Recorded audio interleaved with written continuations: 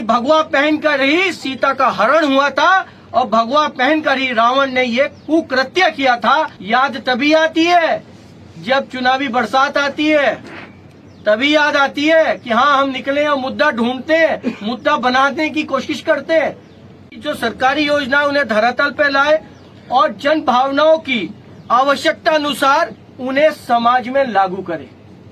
दूसरा दायित्व जन सुनवाई करे। जन सुनवाई कैंप कार्यालय पर होती है या आवास पे होती है।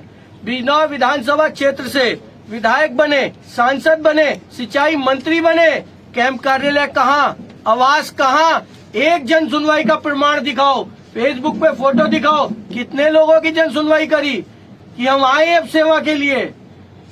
आपदा में क्षेत्रवासियों के साथ रहना ये जन प्रतिनिधि का सबसे पहला कर्तव्य है।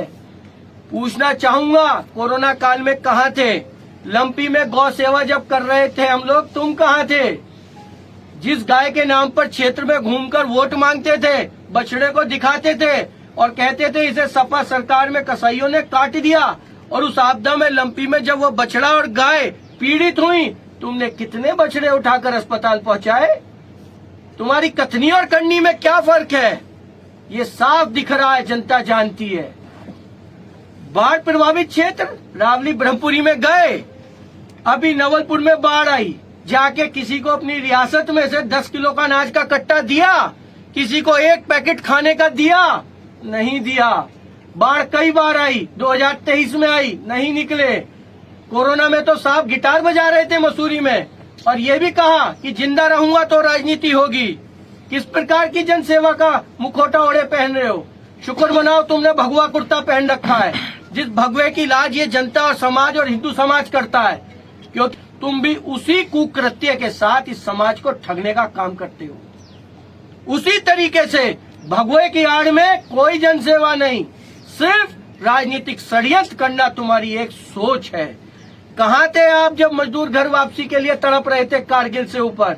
27 मजदूरों की जान फंसी हुई थी, उस वक्त कहाँ थे जनाब? जब घर जल रहे थे गरीबों के, जलालपुर काजी कहाँ थे? जब एक किसान पाल समाज का भेड़ चुगाने वाला, उसकी 38 भेड़े छाछी मोड़ के पुल पे कुचल दी जाती हैं, तब कहाँ थे? जब एक किसान की वहाँ पर भैंस मर गई, गांव में उसका घर जल गया, तब कहाँ थे? तब चिंता क्यों नहीं हुई इस क्षेत्र की जनता की?